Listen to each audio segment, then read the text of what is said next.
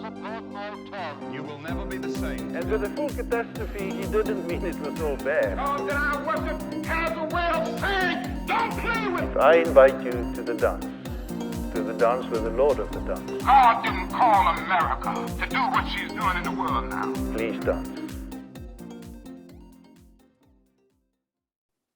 Hello, everybody, and welcome to this week's episode of Remote Pastoral Care. We've got a good conversation in store for us tonight. We've got joining us again our frequent guest stars, who I'm so happy to have. We've got Audra and we've got Emmie. Audra, you want to say hi?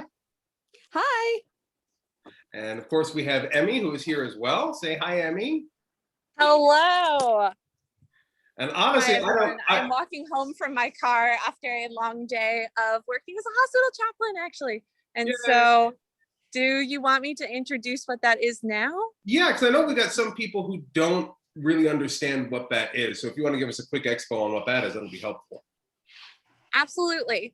So I work as a hospital chaplain at a children's hospital, which means that I give spiritual and emotional support to folks going through hard times, aka all the parents and all the kids in a children's hospital.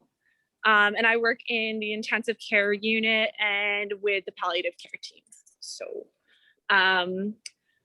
a lot of what I do is just active listening and being quiet and asking reflective questions about what I'm hearing or saying, like, it sounds like, or I imagine that, or things of that nature that sort of invite people to be like, that is actually how I'm feeling, or like, no, let me tell you how I'm feeling. And then they're able to identify it in ways that perhaps they didn't imagine identifying. And sometimes I do rituals for people or offer prayers. And sometimes I attend family meetings or give referrals to, like, oh, this person might be a good candidate to see a psychiatrist, like talk to the treatment team about like what I'm seeing. So I'm part of the interdisciplinary team, and now I'm part of the dark.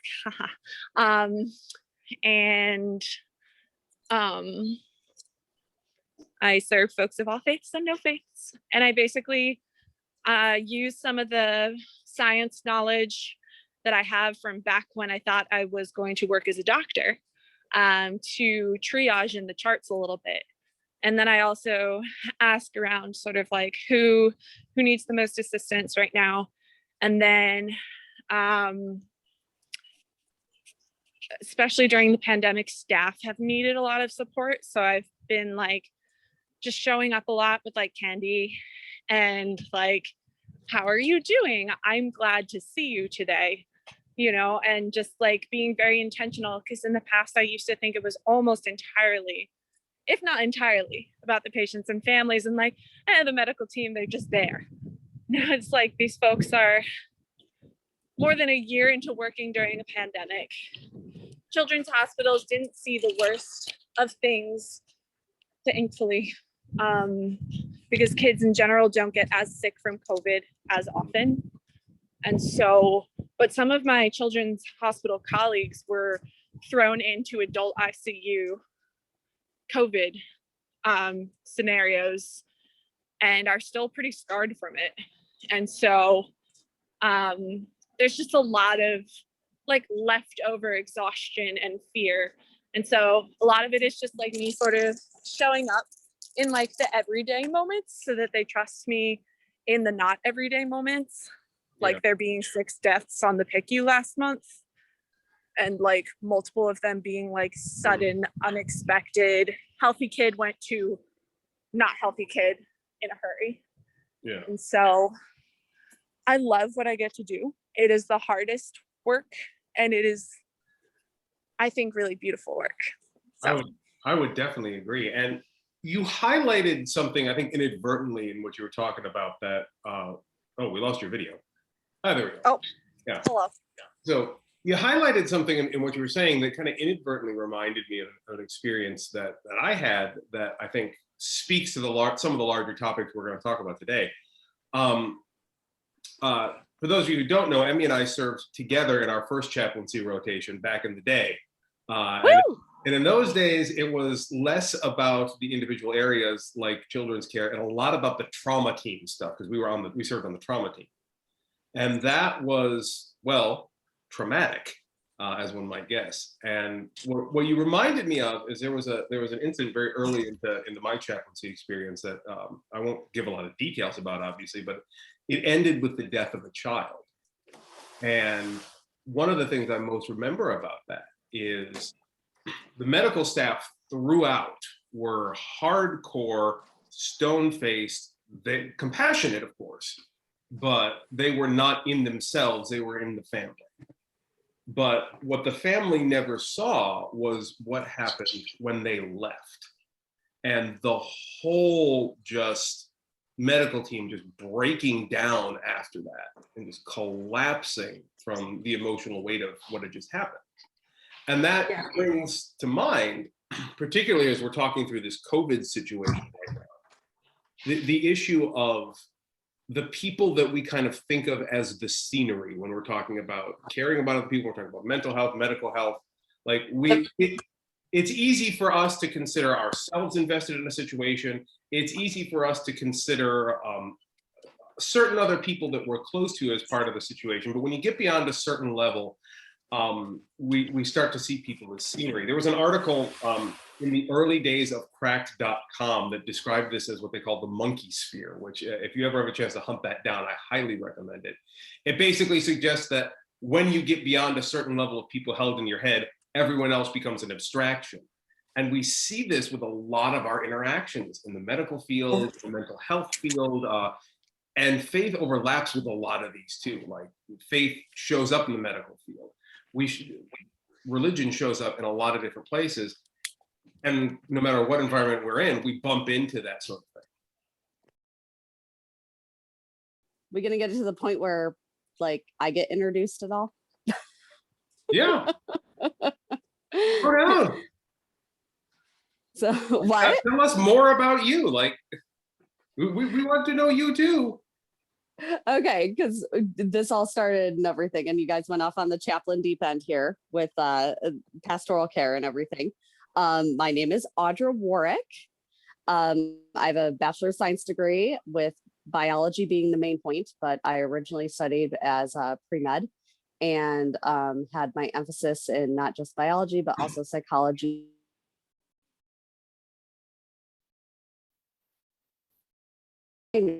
Alcohol and drug addiction studies, but I also worked in the mental health care field for 4 years, including in a mental health hospital with children. So just wanted to add in that, we've got quite a bit going on here with, especially, providing care, especially towards children. Yeah, you two have got the credentials with taking care of children, and I have the actual children present. Yeah, you Yes, do. You do. Mine is with her father tonight, thank goodness. But also after that, I did spend a year in the adult inpatient unit. So I got to see, how some of those things end up progressing if they're not addressed in youth, especially trauma care. Yes.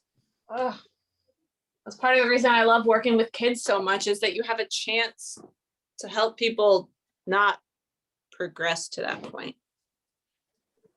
Yes, it's definitely a good chance. The only reason I do not do that right now is because I physically cannot do that job until I get, a master's degree anymore. So currently, like having to physically restrain people, especially children. And in a residential facility, you don't, at least not in Michigan, you do not get to use physical restraints. You have to physically hold them down. And after a while, that takes a toll on everybody. And I needed to take a step back from that until I could get to the point where I could get a master's degree where I didn't, or a doctorate where I didn't have to be on that level anymore, where I could actually stand up and be more of a patient advocate than, doing the patient care provider kind of thing. Yeah, that sounds like a really brutal Especially environment. It is, especially when it's the same children day in, day out, multiple times a day, like it gets to the point where it's like, this obviously is not working. Let's find something that does work. And our entire structure in this country is not really set up for that. Psychology wise, I mean, we're not set up to deal with mental illness to begin with. But yeah, that just wanted to kind of put that out there. Well, I mean, that's really the place where we're at right now when it comes to a lot of things, up to and including church, is we're not really doing things right. We're not set up for this. We need to do it differently. Exactly. You know, we already know what doesn't work.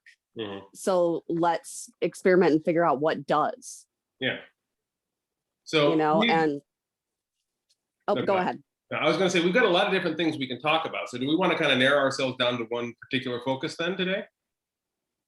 Were we talking about faith over fear? Yeah, that's I think where we're going to start. So, because we run into that a lot. And, you know, when we're talking about chaplaincy and mental health field and all these different environments, fear is a big component, and it drives a lot of the psychology of people who are involved at any level of the medical or mental health field. And so it's very easy for people to latch on, in my experience, to faith as a way of combating fear, but it also provides them with a means of dismissing reality. And it winds up with this weird paradoxical situation that we find ourselves in with a lot of national and international discourse from the American side of religion right now. So that is, I think, where we'll start with. What are your takes on that? Emmie, do you want to start since you are currently in the hospital? Sure. Okay, so we started to realize that perhaps it would be nice to talk about this topic. Hang on, I'm gonna put myself on mute for 1 sec.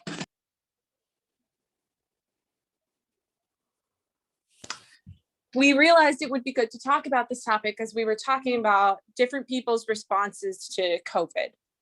And just sort of, you know, working with how people are reacting and how we can sort of engage with community during this time. Because, for example, like both of us have had trouble. Audra and I both have had like hesitation about going back to worship in church, because sometimes, you know, you just don't know where people have been, etc. And yet there is this attitude in many churches that she was talking about as being like especially prevalent in the Midwest of just have faith. Faith is more important than fear during this time. God will protect you. It's not masks that protect you, it's God. And I think that's sort of where we realized would be a nice place to talk tonight. Is just like the reality that more than usual has been thrown out as like a defense mechanism, both a coping skill and a defense mechanism. Something can be both, right? Like it's important.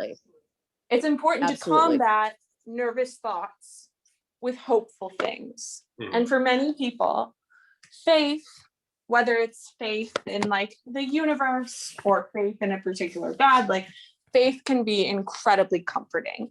And so I don't want to dismiss people whose mantra this year that's been getting them through has been faith over fear, because like used well, that's a beautiful thing that deepens your relationship with God. Like I'm in for it with you. And if you use it as a reason not to wear a mask, I'm no longer in it with you. Yes. I'm no longer in. And that hits on something that actually I just talked about a little bit in the Psalms from the Trails video I did yesterday. But there's this conflation in American Christendom of fear with really any kind of education, knowledge, or wisdom. This idea that if you are demonstrating a changed behavior as a result of education or knowledge, that you are acting in fear. And that's a bit that I don't necessarily understand. I think one thing I want to interject here is that this isn't changed science. I mean, this is not something that is new. 1918 flu. I mean, what were the number one things that they were promoting at the time for public health and safety? Wear a Wash your mask, wash your hands. hands. Wear a mask, wash your hands. It's been over 100 years. This isn't new science. This No. isn't something, you know what I mean? Like, this isn't, I would love to say, like back then it was just like leaching and all this other stuff, but no, it was legit. Wash your hands, wear a mask. Mhm. Like Yeah. that kind of thing. We have not developed beyond that in 100 years for public health. When we get to the point of talking about like vaccines, I mean, that's a whole nother can of worms that I am really like upset about, because the idea that this is a new vaccine, that it's something we've been working on since SARS-CoV-1 in 2004. It's not new. Yeah. Not by any means. We just rushed the trials by doing them instead of concurrently on top of each other. Yeah. We ran all of them on top of each other instead of doing it. You have to pass this one first and this one second, and this one third, and you did them all at the same time instead. Yeah. We did it the more this expensive way because we were in a hurry. Exactly. This is not a faith or fear thing. Like, I have faith in God that this isn't going to be the one that's going to end us all. But I also have faith in God that He gave us the brains to be able to figure this out. Mhm. Yeah. You know, you have to, at some point, everybody has to at some point realize that there is always going to be someone smarter than you, someone better than you at that can actually help, and not just say, oh, well, I don't understand this, so therefore it is bad. And that is where we're at with science right now. It's, I don't understand this. It seems weird to me. So therefore it is bad and against God's will. So I don't want any part of it. And that is that is right there. That's the piece that I struggle with, is the dismissal of any kind of collective knowledge that goes beyond my own personal reading of the Bible as anti-God. exactly. You know, I was reading in Psalm 19 the other day, you know, the heavens declare the glory of God, that being the first thing that David goes to before he starts talking about the law in said psalm. You can observe God as present in reality with your own damn senses before you start thinking about the book, before you start thinking about the practices and stuff like that. But we're so quick to write off knowledge somehow being anti-God, and I don't get that. Thank you. And I don't either. And what I've, with growing up in the Midwest and with being raised in an Orthodox Lutheran church, what I have heard from multiple people when I ask questions about anything is, oh, well, you're being a doubting Thomas. Like, Thomas got such a bad rep. Yeah. From, you know, like, you don't recognize all his good works here. You're gonna focus on the fact that he just wasn't around for the resurrection. Now I'm gonna go ahead and throw this one down here a minute too, because I preached on this one not too long ago. But at no point in the story of Thomas expressing doubt does Jesus or anyone else express a criticism of him for doing so. It is in no way ever portrayed as a negative thing in the actual Bible. Exactly. And that's where I'm like, this is supposed to be an insult. I take it as kind of a badge.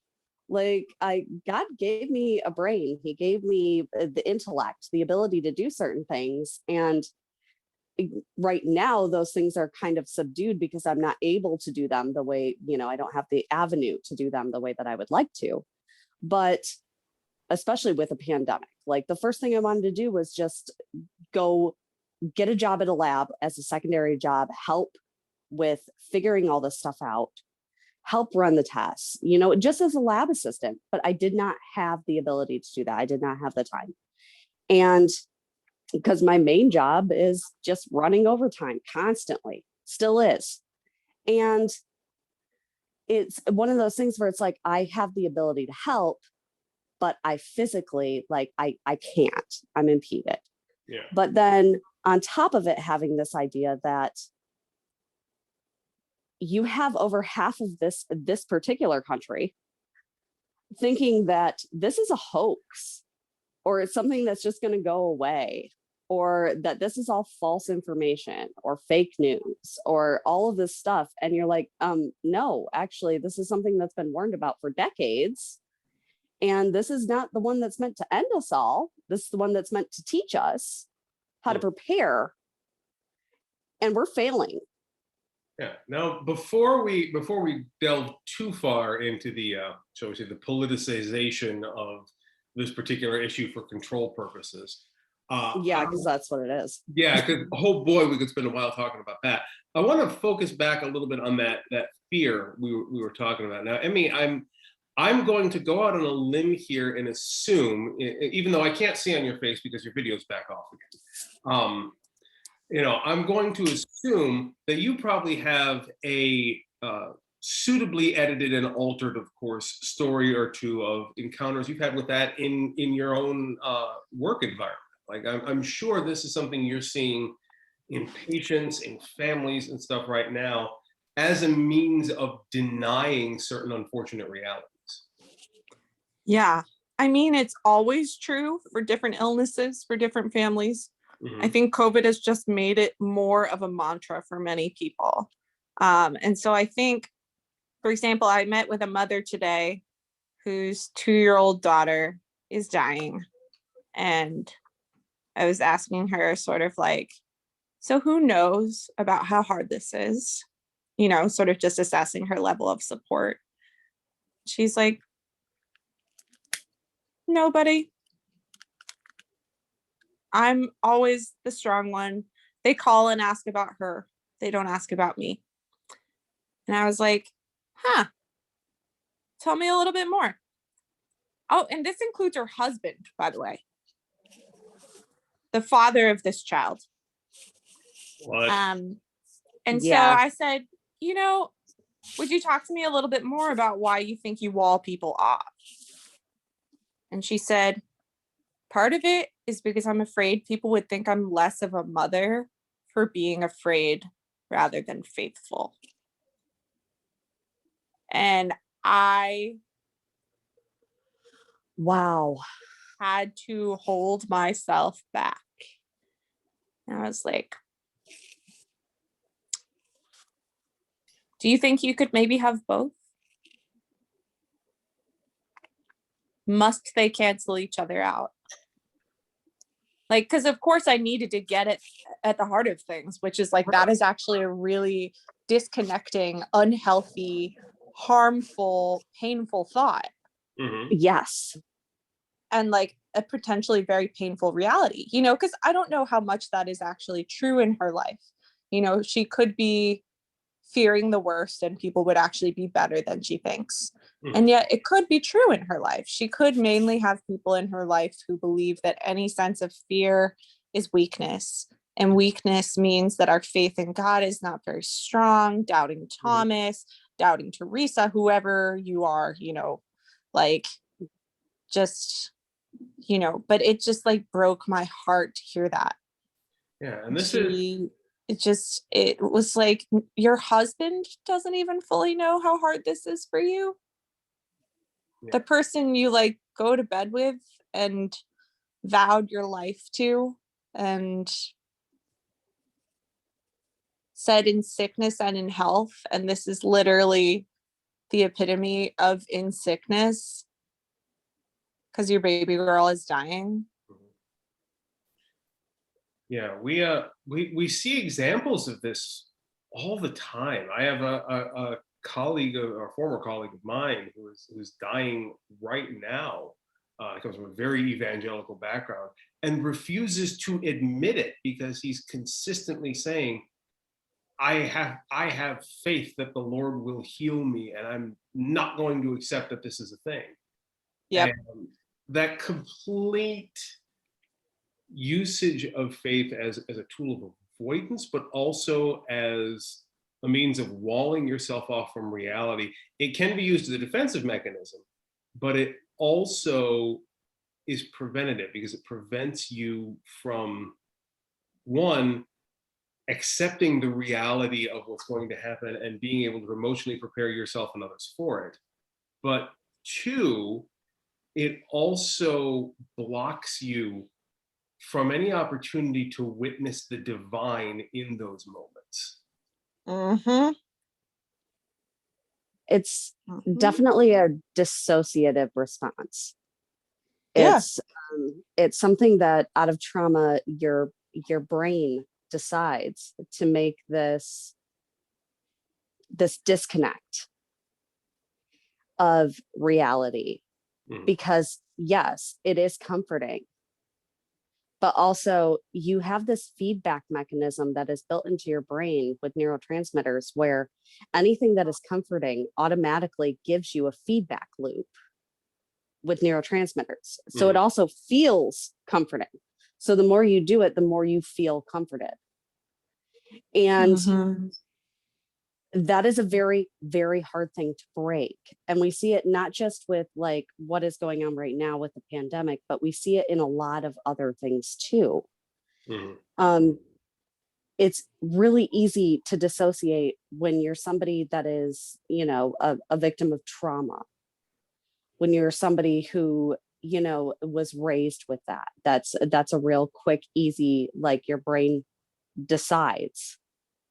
It's not always fight or flight, it's dissociate. Yeah.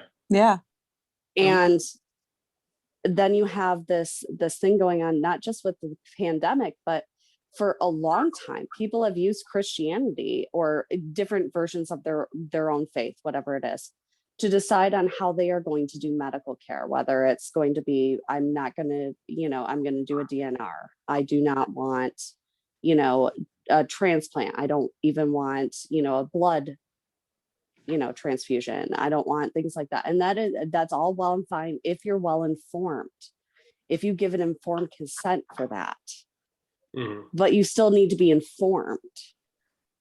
And I think that informed piece is one of the big ones. I was just having this conversation with someone not too long ago on exactly what you just said, the issue of a DNR, or what are they called now? I mean, it's been a while since I've been in a hospital. I forget what they're called again.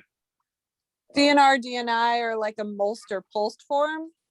Yeah, I forget what we call Living will, advanced directive. That's the one I was thinking, advanced directive. Yeah. But I was explaining to that because I was discussing it with a colleague of mine, and she had mentioned how she had just spoken with someone who didn't want to do an advanced directive because they had faith that when it was my time to go, it'll be my time to go.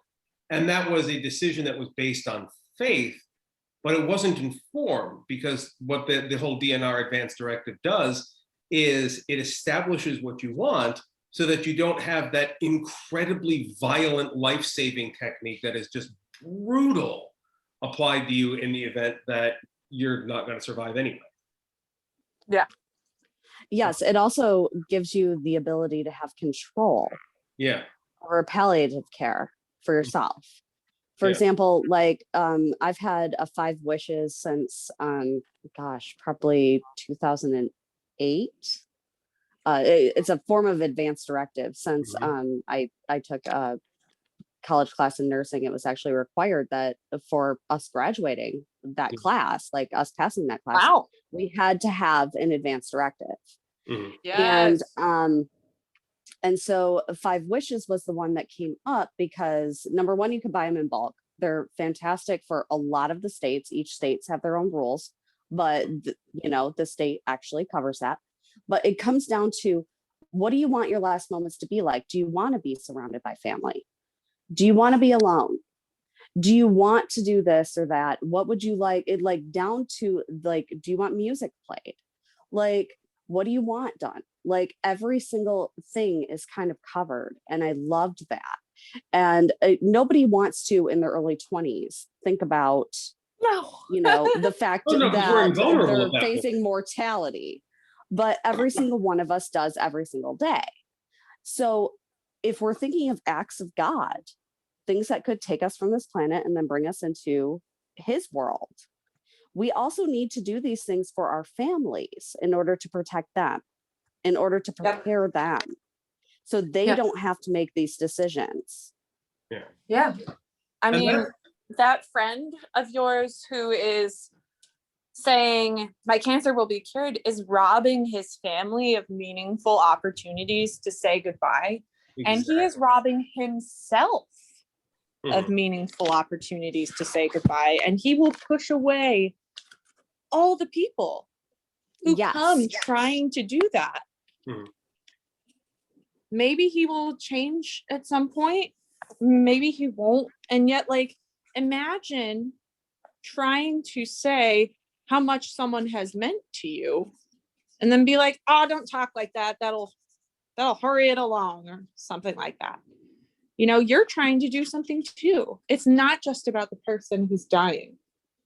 Yeah. Setting aside for the moment my firm belief that emotional honesty in all relationships is something you should start on well before death is on the table. Yeah. Yes. Yeah, I think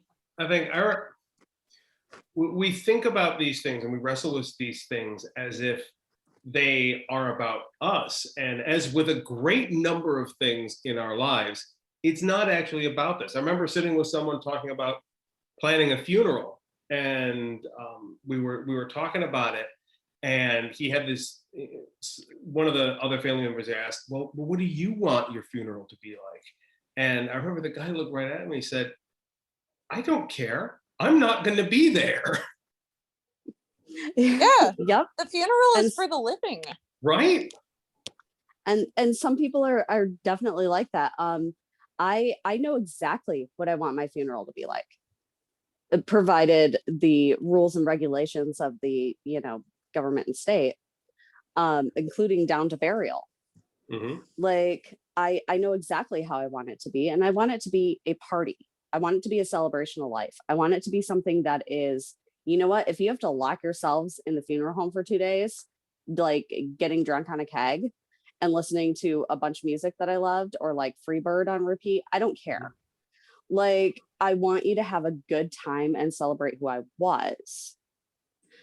But I'm not the type of person that, like, I don't particularly like, a very stringent Orthodox type of Christian funeral. Like, I want people to be able to mourn in their own way. Mm-hmm. And so, yeah, there's that. I mean, if, for crying out loud, if you could put me on a barge, throw me out and give me a Viking send off, go for it. Mm-hmm. Like, I would love that. That would be fantastic.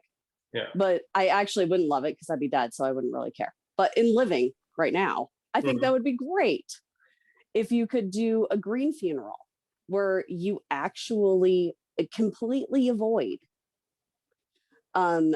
any sort of chemicals, embalming, stuff like that. No casket, wrap me in a shroud, and bury me in order to preserve land. Mm-hmm. That would be my number one. Yeah. Like, do that. Preserve some land in my honor. Well, heck, Like, my uncle was turned into a tree. That's a good way to go. Exactly, right? Like, we all have these ideas of how we want to go out. Mm-hmm. And all of them, everybody has the right to dignity and respect, Mm-hmm. especially when it comes to healthcare and end of life care. Yeah. And having a living will and having a plan means that your family doesn't have to decide for you. Exactly. You get to decide because they're in the height of mourning. Mm-hmm. Like, I've had to go through this a few times, especially with people on, in end of life care, and that did not have plans. And it's not a good feeling to go, well, what would this person want? And, like, for example, my ex-husband's mom was in congestive heart failure on her deathbed, multiple organ failure, at a hospital here in Grand Rapids. And they did not expect her to come out of it at all. So we started making end of life care decisions. And he was her next of kin. She had nothing set up. And I was 9 months pregnant at the time, trying to be supportive of him and this situation, but also knowing her very well. Mm-hmm. And the family, and trying to figure out, well, what do we do? What do we have the resources to do? Yeah. And it it was very difficult. And she actually, against all odds, came out of it. She's the only person I've ever known to be able to do that. And I mean, she still has, you know, like kidney damage. She still has congestive heart failure. She still has a lot of like breathing issues, a lot of stuff. But she got to meet her granddaughter, and now it's almost 10 years later. Wow. And yeah, my kid will be 10 next month. And so it's an insane Amazing. thing to wrap your mind around. But that isn't my first or last go around with end of life care. Mhm. And all I can do is tell anybody, like, if you have a brain right now, like, write down Yeah. exactly what you want. Because Well, what you're highlighting here, and I think this is kind of an important piece that we dance around, is that fear and grief, particularly around end of life decisions, or particularly around any dramatic decision, really, fear and grief are two emotional states that severely impair our ability to make what we would otherwise consider rational decisions. absolutely.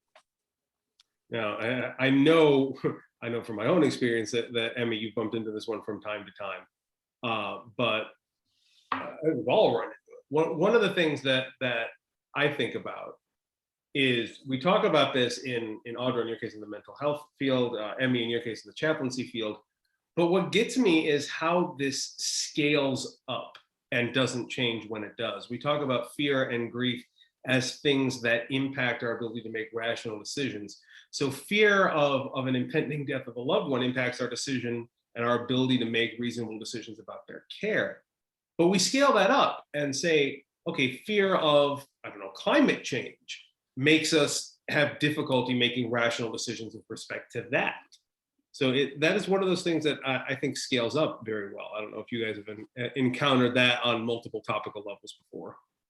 I think we're both women, so we're very well aware of how fear creates a ton of laws that are stupid, and not exactly evidence-based. Mm. But yeah, I think you're absolutely right. Between fear and grief and these type of strong emotions, for example, like the last episode, we brought up the abortion issue. One of the things that I did not get out in that was that these decisions are being made by people that do not have science backgrounds. They are not doctors. They're not the ones running years worth of research. They're not the ones doing the care to make sure to prevent unwanted pregnancies or have sexual education that's comprehensive in schools and mandatory. They're not those people. The people making these decisions are making them based off of fear and fear mongering. And that is one avenue. The next one was like right now, the transgender sports issue with kids in school. Like all of this is a whole lot of, I'm scared of the thing I don't know. So therefore I'm going to pass a law or try to pass a law in order to prevent that thing from happening because it's scary. Right. So now I'm going to direct this question to Emmie, because I know that of all of the people I know, she's the one who is most capable of coming up with something that vaguely resembles a good answer on this one. No pressure. Okay. No pressure. Okay. But we talk about, these fear and grief as overriding issues, and we've talked about them as scaled up issues and how it applies to things all across the board.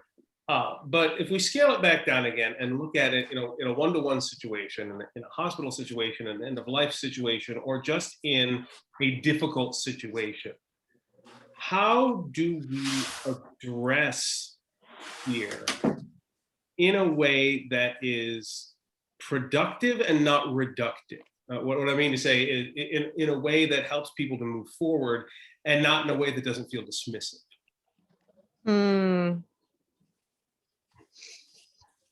I think you really have to look and see where someone is at, first of all. So the unfortunate thing about hospital ministry is that sometimes I only get to meet someone once. Yeah. And so you have to cram in a lot. And yet, if I know that someone is going to be in the hospital for a little while, I'll sort of come in gently.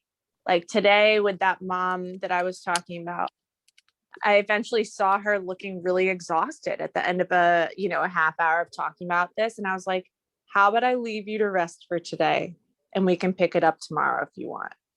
Because I know that this is a really hard conversation that you haven't really done before. You're like really opening up about things that are really hard, and that's exhausting. So like first paying attention to like the cues you're receiving, because like, especially if you're talking to people who like have literally avoided this. I used to be able to say avoided it like the plague without feeling ironic. Yeah, but we all know that people don't do that. So, Yeah, Exactly. exactly. No one's avoiding the plague. So yeah, we're good. Yeah, it really feels like that sometimes. But so just like if you are discussing with someone who has like really avoided this, you start small. You start with just like not using euphemisms, but being like, how are you doing with the reality that your daughter is dying? And knowing that like that is a very hard question, but I don't tend, that's like many minutes into the conversation, right? That isn't just like, I don't walk in the door, say, hi, my name is Emmie. How are you doing with your daughter's impending death? Like, that's not how this works, But the reality is I might only have 20 minutes with them ever. 10 minutes if the treatment team comes in and they've been waiting all day to see the treatment team and they're like, okay, thank you, but I need to go. And I'm like, of course, I understand. But like I only have a little bit of time, but of course that can't be my first line. But once I realize that I'm establishing trust, I'm going to go for it. Yeah. And it may backfire. And they may be like, I have no idea what you're even talking about. And I'll have to backtrack a little bit and just be like, tell me what you see happening, right? Like, talk to me about your perception of things. Like, if that's not what's happening, asterisk in my head of like, this is actually what's happening. But like, if this isn't how you're seeing it, tell me how you're seeing it, right? But so that is one way that I go about it. But sometimes if I walk in and know that I only have this one moment with someone and they are just trying to hold the pieces together with the faith they've got right now, sometimes I leave it alone. Just out of compassion, honestly. That makes complete sense. Do you ask some if people who are just so far in? Yeah. I've had a couple of, by the way, I wish you were my chaplain in a couple of different situations. I'm going to be honest with you right now. Like when my daughter was 1.5 years old and she ended up having a mastoidectomy. Don't even get me started on that one, because that's a whole thing that really should not ever have happened. But yeah, no one wants their 1.5-year-old's like brain or head drilled into. But no kidding. Yeah, no, not fun. But the chaplain there was very very calm, very quiet, very understanding. And we had not baptized our daughter because my ex-husband was a Assembly of God and I was raised Lutheran, and I really did not like the idea of baptizing a child until they were old enough to decide for themselves. And so at that moment we decided like to kind of do a prayer, basically like, giving her to God kind of thing.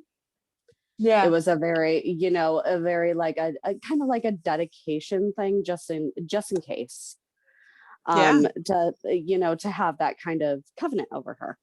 But and he was great, but I really wish I would have had somebody like you where I could have been like, look, I'm gonna be honest right now, what the fuck?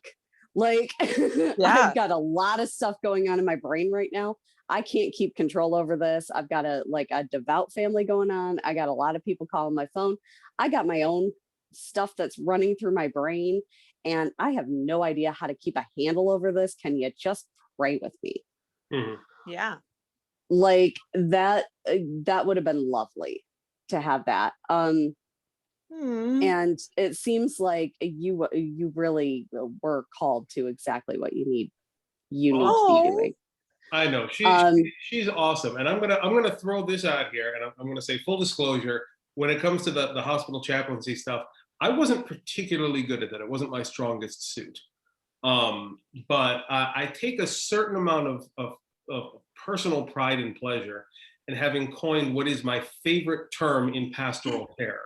Yes. You know what I'm talking about? I mean, this Yes, is my I one do. victory. The term what I called mopping the floor, wherein mopping, MOP, stands for Ministry of Presence. Which is Yes. I still simple think act. about that. That is Yes. that And is. I'm- I must say, by the way, in terms of institutional ministry, my single greatest moment of victory is coining that one term. It And I love absolutely that. was. And I love that because like the hospital, the mental health hospital that I work for was a Christian mental health hospital. And I felt called to be there. And I was there for that long. And I, that's how I felt. And I still feel that way. I mean, it's a thing. But I learned just as much by being there as I hope those kids learned from me. And it was one of those, like, you're going to have a day where somebody is going to make you like batshit crazy. A resident is going to. But how you handle it is everything. And the idea that I could like clear a floor and just sit down while this kid is going crazy and basically look at him while he's screaming at me and go, okay. Yeah. What else? Like, what else do you need to say? Like, tell me. Like, you know what I mean? Like that kind of thing, that reading the room is really what is the most important thing in any type of care, whether it's pastoral care, like the way Don is doing, or chaplain care, or, you know what I mean? Like one-on-one with a resident or a client, is reading the room, like, Yep. and how to, and that's where I run into some issues, especially with, the world we live in, because a lot of like current events have been brought up about how, police handle situations. And I'm sitting here looking at things like, I've disarmed somebody that has come at me with a knife alone in a room, and all I had to do was use my words and space. Like, you know what I mean? Like, you're just not trained well.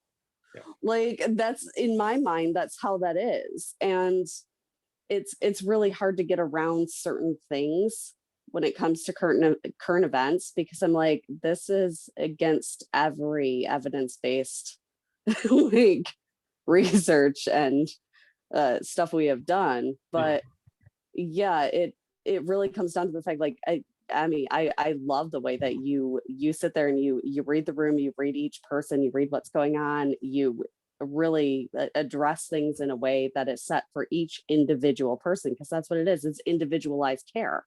Yeah. And this is something I think that we can all stand to learn from awesome people like Emmie. You guys. Wow. I'm feeling very affirmed right now. You should. Yeah. Did you have an easy enough time finding parking? Because I got some validation for you. See what you did there. Dad joke. Oh, I did Dad the thing. joke. I did the thing. But I think it's important for us to kind of touch on totally forgot exactly what I was going to say there. I was too busy making Emmie feel good. I completely forgot what I was going to say. Ah, that happens. Yeah. We talk about the issue of fear and addressing the fear. And we talk about addressing this fear. And it's easy for us as people who we like to think are on the side of righteousness and intelligence, science and wisdom. It's easy for us to look at people on the other side of things and get angry. God knows I am quick to do that my own self, and that's the thing. But what Emmie so wonderfully highlights here is what I like to call the discipline of compassion. To lead into caring for fearful people, even when those fearful people are flagrantly fucking irrational. Yes. Yeah. Can I ask you a question, Emmie? Yeah.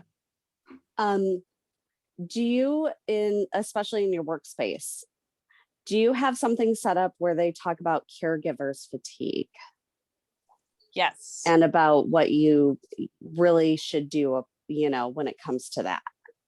Yes. I feel like my hospital does a very good job of like trying to encourage the parents to take care of themselves, like, and to encourage the staff to take care of themselves. Like you can get like a chair massage session or a Reiki session like during your work day.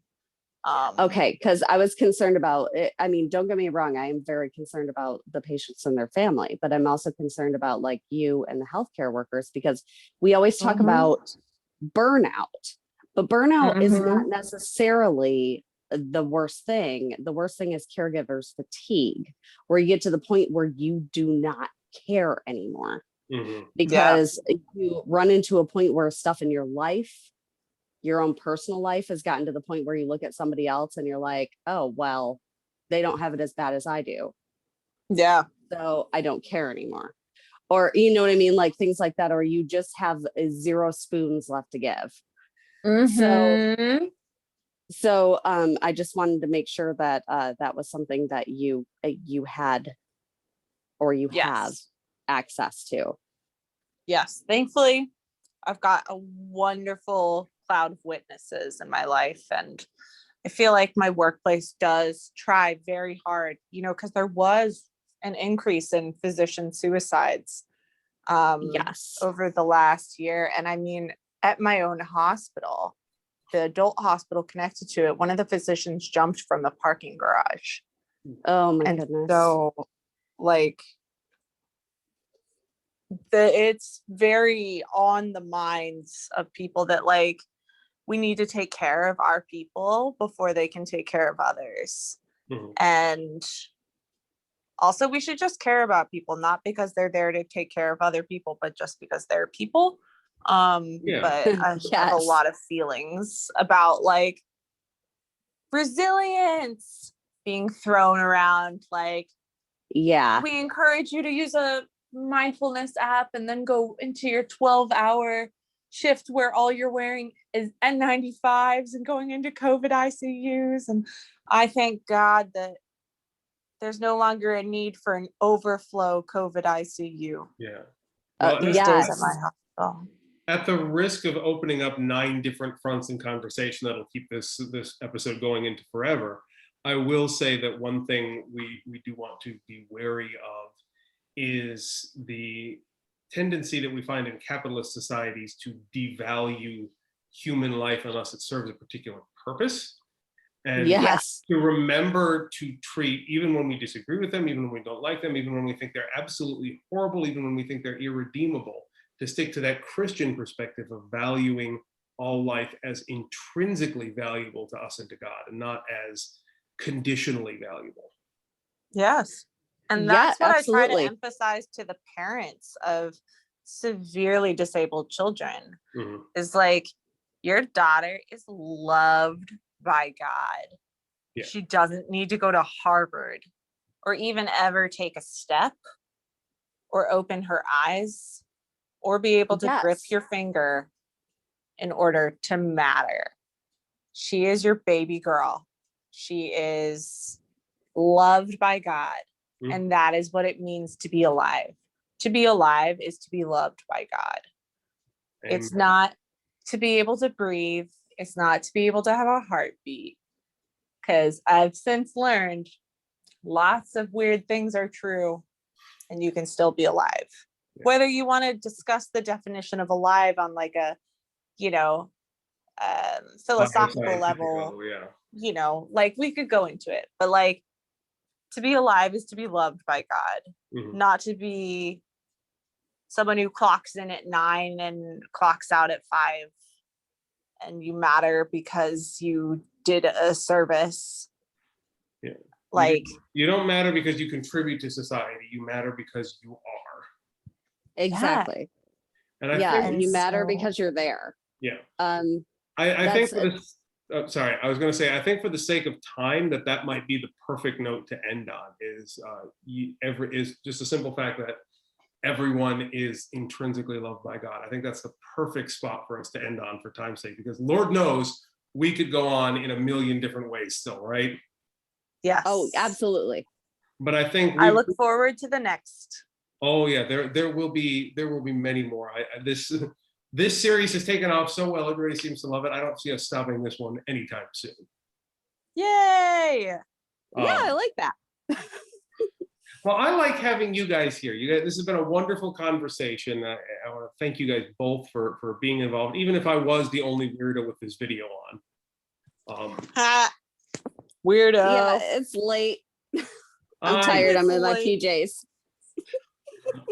All right. So for those of you who are still watching, I really want to say thanks for sticking with us to the end of the video. It is a wonder to have you here. If you haven't yet checked out our website, the link's in the description. You can go there and see what we're all about. I really want to invite you to join our Discord server. That is where it's at with this community. That's where our conversations are happening. That's where all of our new information is coming. Fellowship is happening. Go there and do the thing. And you will also have an opportunity to run into these wonderful people who are there as well from time to time. So, ladies, do you have any last words before we call it for today? I don't think so. Just go in peace. Yes. Go in peace. Trust God. Wear your mask. Get your Especially that. vaccine. You Get can your do all vaccine. 3. All right. Then we'll end with the immortal words of everybody from 1918. Wear your mask and wash your hands. Yes. Mhm. All right. And for everyone else, have a good one. Take care.